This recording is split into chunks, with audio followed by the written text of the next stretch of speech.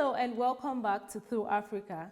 We took a quick commercial break and we are back to the program, and we'll continue our discussion with the aftermath of the Ghana elections, the Ghana general elections, which took place a few days ago. To talk more about this topic, I'll be speaking with Harun Abubakar, who is a graduate student in International and Development Studies. Hello, Harun. Hello, And thanks for having me. You're welcome to the show. Thank you so much for having me. Now, I would like us to start with a quick analysis of, the overall conduct of the election. What is your opinion, or what would you say were notable points from the general conduct of the election? So once again, thank you so much for having me on your program. I think generally it was a peaceful election. It went very smooth. Although this is the elections that we've recorded very few participation. Around 60.9% of people participated. Aside from that, if you're looking at the calmness or the peacefulness, I think it's been very good. Comparing it to 2020's election, I think this one will be very good. Unfortunately, there have been some death. That's the problem that I think it's going to mark these elections as one of the ones that we should learn from, so that we don't repeat it in the coming years. But then generally it's been very, very calm, especially when the government in power, the candidates from the government in power came out to concede defeat. But unfortunately, after even the elections now, we can see some people vandalizing state properties, going in to pick out properties that does not belong to them. Aside from that, generally we say it's been peaceful. All right, there, Aaron. You talked about, a drop in the voter turnout. What would you say is or are the reasons for this? I mean, compared to the last election. Yeah. So I would say it would be apathy and looking at how economic fulfillment or promises were not fulfilled. And so generally that would be the bigger reason why people might not turn up or might not show up. And we heard from the vice president yesterday that the elections wasn't won by the opposition, but it was given to the opposition, meaning it was lost by the governing party. And his reason was that it's because 40% of their voters didn't participate. And that's why the opposition won the elections. In a way, it tells us that they failed to deliver to their base. And that's why their base abandoned them, i.e. didn't show up at the voting booth. So generally, we say it's because of the unfulfilled promises that this government have and the economic woes that Ghana is currently faced with. Aside from that, I will also say the arrogance, unfortunately, the sheer arrogance of the political class that we have currently in Ghana. If you hear ministers or even MPs calling their electorate coconut heads and all of that, I think it goes to show how or what they think of these electorates. And all of these things you'll be it's the electorate will be listening to you, and they'll want to retaliate, and their only weapon to retaliation will be either show up and vote against you or not to show up at all. So generally I would say it's because of that. All right, there. I'm glad that you mentioned, the economic problems, the economic woes that we've seen in the country. We've seen the current government tell the Ghanaian people, promise them about how the economy will change and all of that. And these promises were in no way fulfilled. In fact, it was the opposite. And the economic problem, the economic issue of the country was a major point of discussion, before the election. Now with the president-elect and his party celebrating victory, What changes should we hope to see in the economics of Ghana? So first and foremost, the current government or the current administration of the economy of Ghana took this economy, unfortunately, to the IMF. But currently, we are under, or Ghana is under an IMF program. So the coming or incoming president who is not going to take over an economy which is booming, an economy which is very healthy. That's one thing that he will have to deal with immediately he takes over power. And that will be one of his biggest challenges. And when he was going around the country, he made a statement that he's going to have a dialogue where stakeholders within the country are going to discuss the way forward to dealing with the crisis that we have at hand in Ghana. So I think that will be where maybe ideas are going to be put forth, or ideas are going to be brought forth and discussed and decide which one is going to be in the best interest. But aside from that, yeah, he has promised the Ghanaian populace that he is going to cut down on wastage. And I think just cutting down on wastage is going to help the economy very much. Because this current administration, unfortunately, appointed in their first term more than 100 ministers or more than 100 people just working within these ministries. And then came down in a second term, cuts, but it was still very wasteful. And you look at the personnel that have been appointed to work within the presidency, a whole lot of people. And this incoming president is saying he's going to cut down on these appointments. He's promised the Ghanaian populace that he's going to do around 60 people as ministers, both substantive ministers and deputies. And I think looking at from a fiscal policy angle, it can provide an ability or a point where maybe the monies that were otherwise going to be used to pay these ministers, this huge number of ministers, are going to be saved and used or channeled to proper use.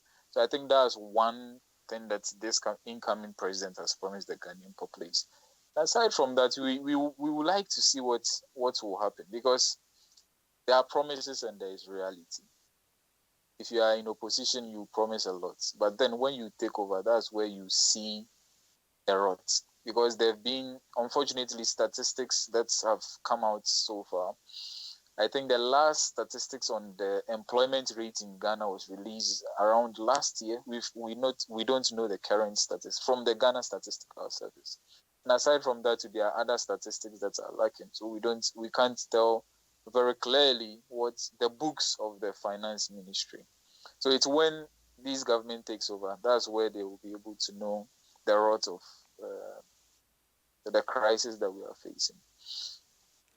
All right. So while we still talk about, the promises and then bringing these promises into reality, what would you hope to see in the relationship between Turkey and Ghana? I'm talking specifically about Turkey because this channel is based in Turkey, and it's a channel for Africans.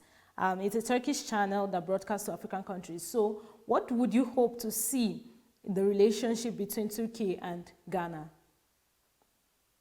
So with the current administration, that's the presidency of Erdogan, he has made it one of his policies to get more closer to African countries. And I think that's something that African countries can benefit from. Or it should be a win-win cooperation between African countries and Turkey. And specifically looking at Ghana, we've had good relations with Turkey. In fact, Turkey has built one of the largest mosques in Ghana, if I'm not mistaken. And also, on the side of investments, you look at now there's a booming market for Turkish products in Ghana. And this goes to show how close or the deeper relations that Turkey is having with Ghana. But then I think the incoming president will have to consider much more deeper relations that should be strategic, in fact.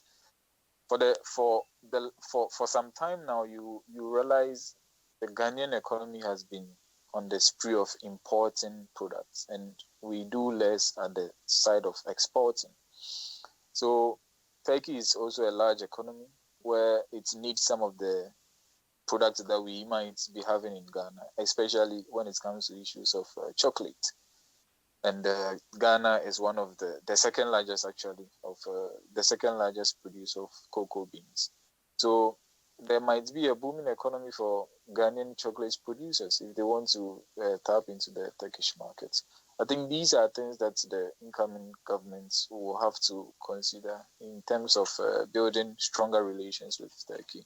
And of course, on the broader basis where you have Turkey and African relations. So these are things that I would like to see, a deeper relations between the two countries. All right, Aaron, thank you for that.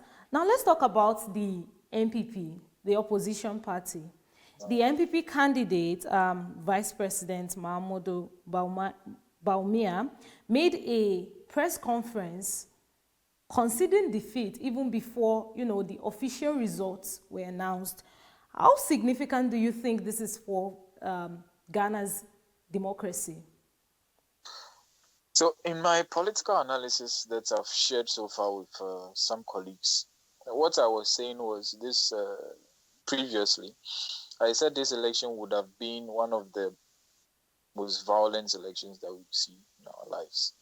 And my analysis was based on the fact that the MPP, in their rhetorics, when they were going around the country in their campaigning, some of them made it clear that they were not going to hand over power. So you hear some of the ministers, the Greek minister, saying they are not going to hand over power. And the president himself, whether in a joking way, whether he meant it on a lighter note, saying that he is not going to hand over power to someone who he has defeated twice. These were all things that were being said by the current government. So you could see, just sitting afar, that the elections would have been violent. And on the other side, you have the opposition also mentioning the fact, also saying things like they are going to win the elections and there is nothing the current government could do. And they were going to match the current government boots for boots. These were things that the opposition also were saying. So in my simple political analysis, I was thinking the elections was going to be very, very violent. But then we saw when the elections, the voting went on and it ended at 5. When counting started, there were, even before counting started, we saw some cases of violence where one person lost his life. But then that would have been very huge had it not been because the current vice president conceded defeat. If he had just waited for everything to pan out, it would have been very dangerous. So I applaud him for what he has done. I think it's statesmanship. It's a show of statesmanship, and I think that's what even the opposition party has said in commending what he did, just diffusing the tension within the country. I think he did very, very well, and we should all commend him for that. Okay, I think we can all see how the tension was, diffused very quickly, and it was, in general, the Ghana election was peaceful, a very peaceful one at that. Compared to other African countries. Now, I think this will lead us to talk about African countries and what we could learn from this. So what would you say that other African countries can learn from, the conduct of this election? So seriously, I think Ghana had the benefit of learning from its history. And Ghanaians normally would like to say this, they are not only Ghanaians per se, even within the continent, there is this idea that Ghana within the regional bloc of West Africa is a beacon of democracy, and on the larger continent is a beacon of democracy. And Ghana wouldn't want to soil this reputation. So I think what Ghana should do moving forward will be to strengthen its institutions, because with the weakening of institutions, you will not get to benefit, or you will not get to still use the name beacon of democracy. And that will be on the side of Ghana. But then with other countries, such as those within the Western Bloc under the military rule, I think the most important thing will be to consider the benefits that a country gets out of democracies. That people are able to come out and vent their anger and be productive instead of staying within and not getting the ability to voice out what they think. And aside from that, if you are a democratic state, we all see what these developed countries, although there is a lot to say about whether when they were developing, they were actually democratic or not. But then we know the dividends that a country gets out of being democratic. And with Ghana, unfortunately, on the side of our economic crisis, it's not much that we can say has been a dividend to democracy. But then on a larger scale, it's been very peaceful. Ghana is one of the peaceful countries that you find in the Africa. And I think that will be thanks to democracy. That will be thanks to democracy. So just taking Ghana as an example, you need other African countries who will have to check the dividends that one gets out of just being a democratic state. And first and foremost will be having a peaceful environment. And if you want your economy to boom, that's the first thing you have to check, the box that you have to check. Just having a peaceful environment for investors to come in, because no investor outside will want to invest in a country where they are going to have their investments locked up when the military takes over. So that will be the big lesson that I think the African countries outside Ghana can take out of the elections that went on in Ghana. All right, there. Thank you very much, Harun. So a final question. We've already talked about, the difference between making promises and then bringing them into fruition. And we also talked about, the NDC and their plans for the country. Now, what should Ghanaians, I'm talking about the people now, what should they expect to see from the NDC and then the president-elect's regime in general after this new regime comes into power? Yeah, for starters, they need to do what they promised they are going to do.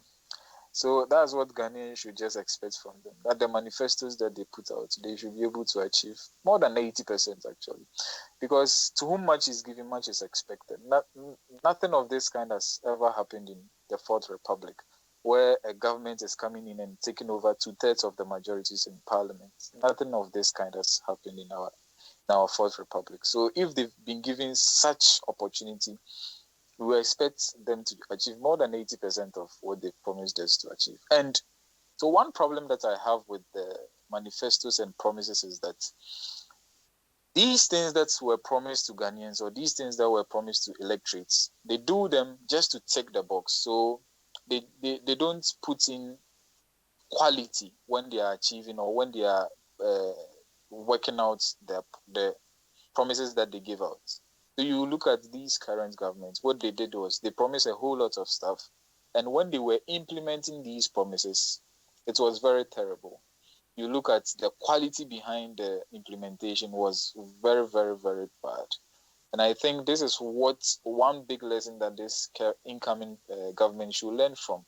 That's the promises that they've given to people, and because of that, they've been voted into power, should be achieved. And even if they can't achieve everything, the ones that they want to achieve, they should achieve it, and they should do it in considering the quality, not just achieving it to tick the box. And I think that will be the most important thing that I want this government to do for Ghanaian electorates, because we've put a lot of faith in them. And if you go on the social media, you realize how people are happy about the incoming governments, because we've given them a 2/3 majority. That has never happened in our Fourth Republic. So they have no excuse not to do what they've promised us to do. To whom much is given, much is definitely expected. Yes, thank you very much, Harun. To whom much is given, a lot is expected.